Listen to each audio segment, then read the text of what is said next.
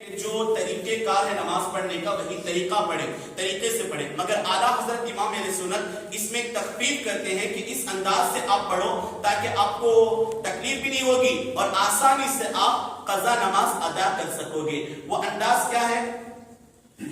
سنت کی قضا نہیں ہے، نفل کی قضا نہیں ہے، قضا صرف واجب اور فرض کی ہے۔ قضا کس کس کی ہے؟ واجب اور واجب کی، بولی نا پورے، واجب اور فرض کی، فرض کی اور واجب کی، فرض کی اور واجب کی، سنت کی بھی نہیں ہے، نفل کی بھی نہیں ہے۔ اور قضا نماز سب سے پہلے آپ سوچیں، ظن غالب کریں 10 سال کی میری نماز قضا ہوئی یا 20 سال کی یا 25 سال کی، جب ظن غالب ہو جائے ہاں 15 سال سے میں نماز چھوڑ کو ہوں، جب یہ آپ کا ذہن فیصلہ کر دے، ٹھیک ہے، یہ مطمئن ہو جائے آپ کے دل کو بھی کہ ہاں 15 سال کی آپ کی نماز چھوٹی ہے، تو آپ سب سے پہلے جب قضا، اور قضا نماز کا کوئی وقت نہیں ہے، آپ یہ مکروہ وقت چھوڑ کے 3 مکروہ وقت چھوڑ کر آپ جس وقت چاہیں قضا نماز ادا کر سکتے ہو۔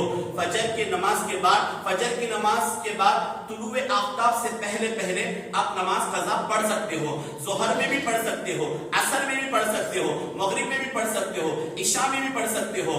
غروب آفتاب سے پہلے 25 منٹ، سورج ڈوبنے سے 25 منٹ پہلے نہیں پڑھ سکتے، اس وقت اگر اسی دن کی آپ کی عصر کی نماز اگر چھوٹ گئی ہو وہ پڑھ سکتے ہو، اگر 2-3 منٹ باقی ہے تب بھی آپ پڑھ سکتے ہو، مگر قضا نہیں پڑھ سکتے، سمجھ رہے ہیں؟ مغرب میں بھی آپ پڑھ سکتے ہو، عشاء میں بھی آپ پڑھ سکتے ہو۔ وہ طریقہ کیا ہے؟ توجہ سے سماعت کریں۔ سب سے پہلے نیت اس طرح سے کریں، نیت کی میں نے 2 رکعت فجر کی فرض جو میری سب سے پہلی قضا ہوئی ہے، جو میری زندگی میں سب سے پہلے قضا ہوئی ہے، جب بھی آپ نماز پڑھو یہی کہو کہ جو پہلی میری قضا ہوئی ہے، پہلی میری قضا ہوئی ہے، پہلی میری قضا ہوئی ہے، یہ نیت کر کے آپ رکعت باندھیں، سورہ فاتحہ پڑھیں، کوئی سورہ مختصر ملا لیں، اور جب آپ رکوع کو جائیں نا، رکوع میں کتنی تسبیح پڑھنا؟ 3 تسبیح۔ کتنی تسبیح پڑھنا؟ 3 سے یا 4۔ کون سی تسبیح ہے؟ سبحان ربی سبحان رب العظیم، سبحان رب العظیم۔ وہاں پر صرف ایک تسبیح پڑھے، یہ تخفیف یعنی شارٹ طریقہ ہے، سمجھ رہے ہیں؟ ایک تسبیح پڑھے، پھر جب آپ رکوع سے اٹھیں سجدے میں جائیں، سجدے میں کتنی تسبیح پڑھنا؟ 3 سے 4 تسبیح پڑھنا، وہاں پر بھی ایک تسبیح پڑھے، وہاں پر بھی آپ ایک تسبیح پڑھے۔ پھر اس کے بعد اور ایک تخفیف کیا ہے؟ جب آپ جو ہے نماز کے لیے کھڑے ہو، وتر کی نماز جب آپ پڑھو تو وہاں میں کیا، اس میں کیا ہے؟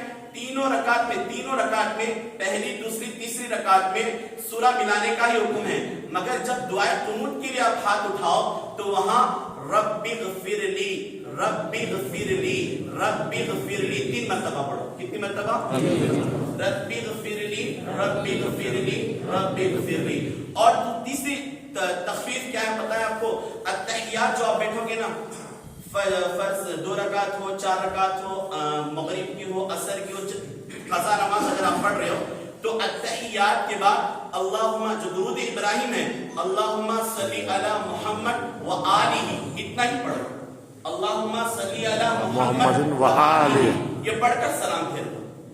یہ شارٹ طریقہ ہے، سمجھ لیں؟ افضل طریقہ وہی ہے، پورا مکمل نماز پڑھو، مگر بوجھ سمجھ کر بہت سے لوگ ساری زندگی نماز قضا کر دیتے ہیں، پھر اس کے بعد آخرکار یہ ہوتا ہے کہ جسم سے روح کا کنیکشن کٹ ہو جاتا ہے، قبر میں چلے جاتے ہیں، وہاں پہ کوڑے پڑتے ہیں۔ تو اس لیے جب تک جان باقی ہے، زندگی باقی ہے، اس طریقے سے ادا کر لو، اللہ عبادتیں قبول کرنے والا ہے، اللہ ہماری نمازیں قبول کرنے والا ہے۔ یہ طریقہ کار ہے، انشاءاللہ سمجھ میں آیا آپ کو؟ رکوع میں کتنی تسبیح؟ 1۔ سجدے میں کتنی تسبیح؟ 1۔ دعائے قنوت کی جگہ، دعائے قنوت کی جگہ کیا پڑھیں؟ رب اغفر لی، رب اغفر لی، رب اغفر لی، رب اغفر لی، رب اغفر لی، رب اغفر لی، رب اغفر لی، رب اغفر لی۔ اور تشہد میں التحیات پورا مکمل پڑھیں، التحیات پورا مکمل پڑھیں، مگر درود ابراہیم میں کیا پڑھیں؟ اللہم صلی علی محمد و آلہ، اللہم صلی علی محمد و آلہ۔ اور ایک بات بتا دوں، آپ ماشاءاللہ الحمدللہ بہت پرانے لوگ ہیں، بڑے بڑے مفتیوں کے پاس بھی آپ پڑھو ہی سیکھو ہی، مگر جو میں کتاب